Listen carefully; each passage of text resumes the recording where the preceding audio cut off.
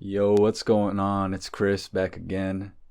In today's video, I want to explain to you what veganism is all about, what veganism is. As you may or may not know already, I'm very passionate about living this lifestyle and what this movement is trying to achieve. So without further ado, let's get right into it. So the Vegan Society, which is the first organization that coined the term vegan, states that veganism is a way of living which seeks to exclude, as far as is possible and practicable, all forms of exploitation of and cruelty to animals for food, clothing, or any other purpose.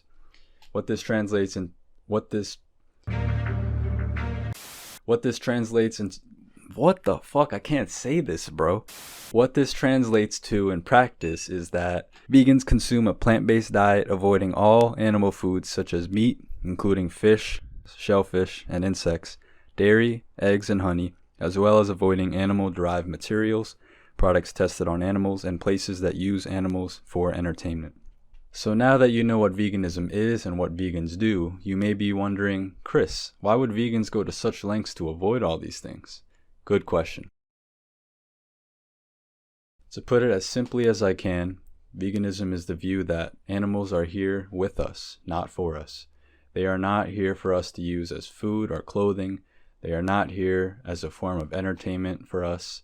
They are here for their own purposes and for their own reasons, just like we are as human beings.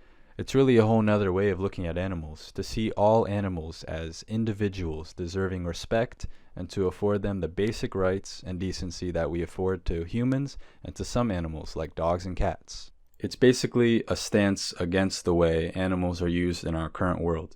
Using animals for food, clothing, entertainment, or any other purpose generally causes them significant harm, and living a vegan lifestyle is just about removing our contribution to that as best as we can and striving to live in a more respectful and just manner with the animals that we share this planet with. As a result of this perspective, this is why vegans like myself consume a plant-based diet and avoid those things mentioned earlier: animal skins, animal clothing, and places that use animals for entertainment, and products that come from animal testing. We strive to live in alignment with the idea that causing unnecessary harm to animals is wrong. And isn't this something most people believe in already? 99% of people are already opposed to animal cruelty, and veganism is simply the philosophy of rejecting all animal abuse and all animal cruelty on moral grounds. We don't need to eat animals or their secretions to be healthy or to survive. We do not need to wear them as clothing. We don't need to put their skin in our cars. We don't need to experiment on them,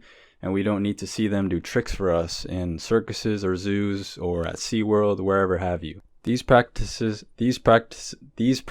cause animals significant suffering. So, how can it be justified to treat them the way that we do, given that it's entirely unnecessary? Nowadays, there are incredible alternatives that are animal-friendly and circumvent causing animal suffering. Want to eat animal products? Just eat a plant-based version. We got plant-based meats, we got plant-based milks, we got plant-based yogurts, cheese, ice cream, you name it. Want to wear animal skins? Get faux leather or faux fur. Want to be entertained by animals? Just watch a nature documentary or watch a holographic circus show. There are some gray areas within this philosophy. For example, random animal byproducts will end up in indispensable things like car parts and computers. It's just not practical to avoid those simply because there are some animal byproducts in it. It's good enough to try our best and to boycott the main drivers of animal exploitation, using animals for food, clothing, entertainment, and testing.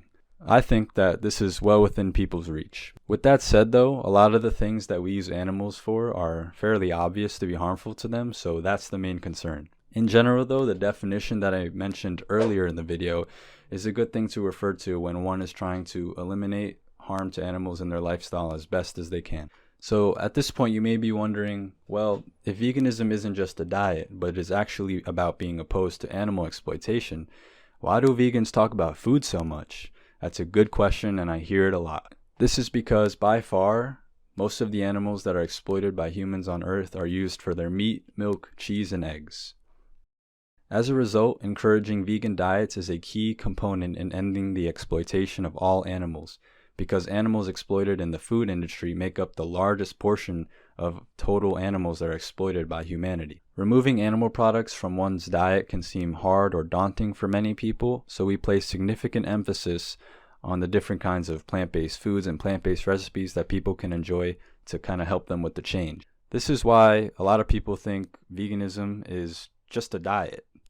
Vegans talk about food so much, but I think it's for good reason, as I mentioned earlier, because most of the animals are exploited and abused in the food industry, and that is the sector that we want to impact most urgently. The animals are only being abused, exploited, and killed in the food industry because consumers are buying animal products at the store.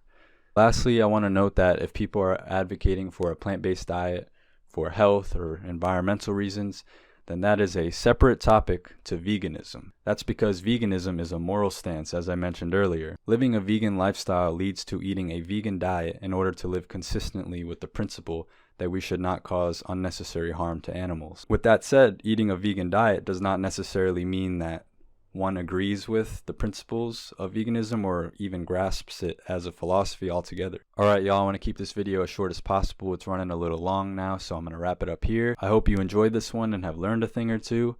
I'd love to hear from you in the comment section. Feel free to like and subscribe. I promise I'm going to bring more content here.